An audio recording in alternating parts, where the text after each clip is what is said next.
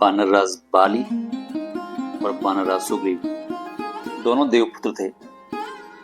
बाली देवराज इंद्र के पुत्र और सुग्रीव सूर्य देवता के पुत्र। तो देवपुत्र होते हुए दोनों एक दूसरे के शत्रु कैसे होंगे, प्राणों के प्यासे कैसे होगी, मैं महर्षि वाल्मीकि निर्मित जो रामायण उसमें वर्णित जो प्रसंग है वही आपको शॉर्ट में बताने जा रहा हूँ। नमस्ते, आप सभी का स्वागत आपके अपने चैनल ज्ञान कल्प पर, जिसमें केवल ज्ञान की बातें होती है। जानकारी बहुत रोचक है, इसलिए वीडियो को बिना फॉरवर्ड किए पूरी देखना। जानकारी अच्छी लगे तो अंत में लाइक और कमेंट अवश्य कर देना।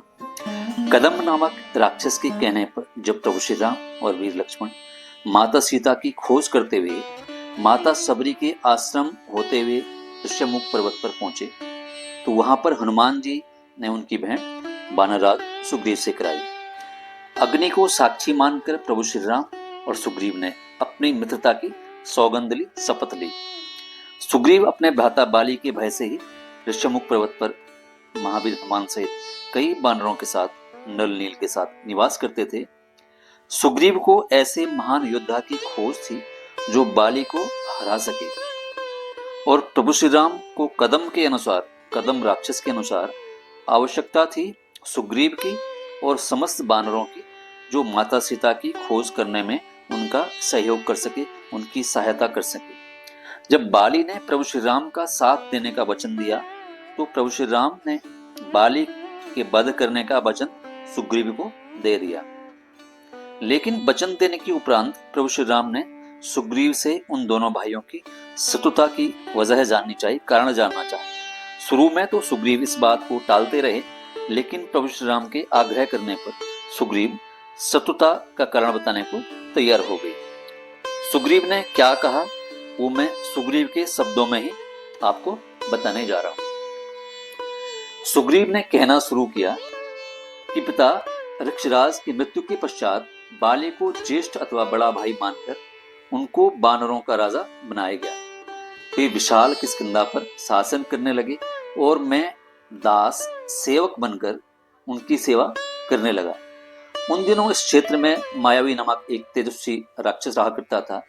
उसके साथ बाली का स्त्री के कारण बहुत शत्रुता हो गई थी। एक दिन आधी रात को मायावी राक्षस किष्किंधा की सीमा में आकर उत्पात मचाने लगा और क्रोध से बाली को युद्ध के लिए ललकारने लगा। उसकी गर्जना सुनकर बाली महल से बाहर निकले और उस राक्षस के पीछे जाने लगे। उनके महल की स्त्रियों ने तथा मैंने उन्हें जाने से रोका, लेकिन वो क्रोध से भरे हुए रुकने को तैयार नहीं हुए। जब मुझे लगा कि बाली नहीं रुकेंगे तो मैं भी उनके साथ हो लिया। दूर खड़े मायावी ने जब हम दोनों को एक साथ देखा तो भय से विपरीत दिशा की ओर भागने लगा। हम दोनों भाइयों ने उसका पीछा किया। काफी दूर जाने पर उस राक्षस को घास से ढकी हुई एक गुफा मिली। वो राक्षस बड़ी तेजी से उस गुफा के अंदर चला गया। शत्रु को गुफा के अंदर जाते देख बाली बहुत क्रोधित हुए और मुझसे बोले कि सुग्रीव, जब तक मैं इस गुफा के अंदर जाकर शत्रु को मारूंगा तब तक तुम इस गुफा के मुख पर सावधानी से खड़े रहना। मैंने बाली से कहा कि मैं भी आपके साथ अंदर गुफा में चलूंगा, लेकिन वो मुझे अपनी सौगंध देखकर अकेले ही गुफा के अंदर चले गए। गुफा के अंदर गए बाली और उस राक्षस को 1 माह, 2 माह, 6 माह और 1 वर्ष बीत गया। गुफा के द्वार पर खड़े खड़े मेरा भी सब्र का बांध टूट गया। भ्रात प्रेम के कारण मेरा हृदय व्याकुल होने लगा। मन में आशंका उत्पन्न होने लगी। मेरे मन में बाली के मारे जाने की शंका प्रबल होने लगी। काफी समय के पश्चात उस गुफा से झाग सहित खून की धारा फूटकर बाहर आई।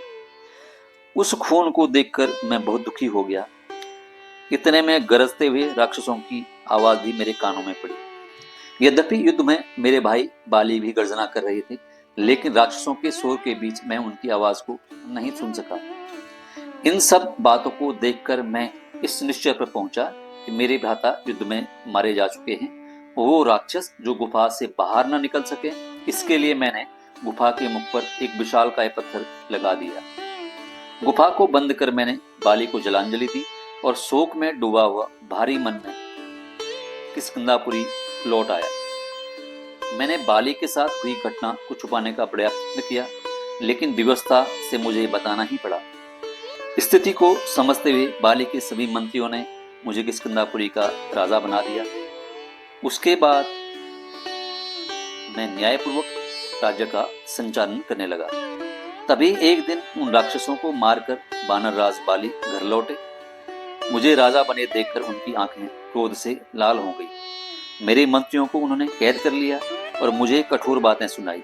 यद्यपि मैं चाहता तो बाली को कैद करवा सकता था, लेकिन भातृप्रेम के कारण ऐसा विचार मेरे मन में नहीं आया। मैंने बाली के आने पर यथोचित उनका सम्मान किया, अपने मस्तक के मुकुट से उनके चरणों को स्पर्श किया, लेकिन उनका क्रोध कम नहीं हुआ। मैंने उनको मनाने का अत्यधिक प्रयास किया। मैंने उन्हें बताया कि राज्य का संचालन मैं हर्षित मन से नहीं बल्कि व्यवस्था पूर्वक कर रहा हूँ। अब आप आ गए हैं, मुझे अत्यधिक प्रसन्नता हो रही है और आप अपना ये राज्य संभाल लें। मैंने उन्हें बताया कि कैसे 1 वर्ष के बाद मैंने खून का फव्वारा गुफा के अंदर से फूटते हुए देखा। मुझे लगा कि उस विशालकाय दैत्य के हाथों आपकी मृत्यु हो चुकी है। यदि आपने मुझे सौगंध नहीं दी होती तो मैं गुफा के अंदर चला आता, लेकिन सौगंध के कारण मैं अंदर नहीं आ सकता था। फिर मैं किष्किंधा के बारे में सोचने लगा कि बिना राजा के प्रजा इतने समय तक कैसे होगी। कोई शत्रु ने आक्रमण तो नहीं किया होगा, यहाँ की स्त्रियां सुरक्षित होंगी या नहीं होंगी। इस तरह के प्रश्न मेरे मन में चलने लगे और मैं किष्किंधा की ओर लौट आया। यहाँ की प्रजा और आपके मंत्रियों ने ही मुझे ये दायित्व दिया। खैर, अब आप आ गए हैं तो मैं ये सारा दायित्व पुनः आपको सौंपता हूँ। इतना कहने के बाद भी बाली का क्रोध शांत नहीं हुआ और वो मुझे धिक्कारने लगे। फिर बाली ने क्रोध से मुझे युद्ध के लिए ललकारा। बाली की ललकार सुनकर मैं राजभवन से निकल पड़ा और बाली ने भी मुझे घर से निकालने की घोषणा कर दी। बाली ने मेरी स्त्री को भी मुझसे छीन लिया। बाली के भय से मैं सारी पृथ्वी पर भटकता रहा और अंत में पत्नी हरण के दुख से दुखी होकर इस दृश्यमुख पर्वत पर आ गया, क्योंकि एक विशेष कारण से बाली और उसके सचिव इस स्थान पर नहीं आ सकते हैं। और उसके बाद आप मुझे अपने सामने इस स्थिति में देख रहे हैं प्रभु, कैसी मेरी स्थिति है। तो ये थी बाली और सुग्रीव की एक दूसरे के प्रति शत्रुता की वजह है, जो कि वाल्मीकि रामायण में निर्मित है, वर्णित है। जानकारी कैसी लगी? अगर अच्छी लगी है तो लाइक और कमेंट अवश्य कर दें।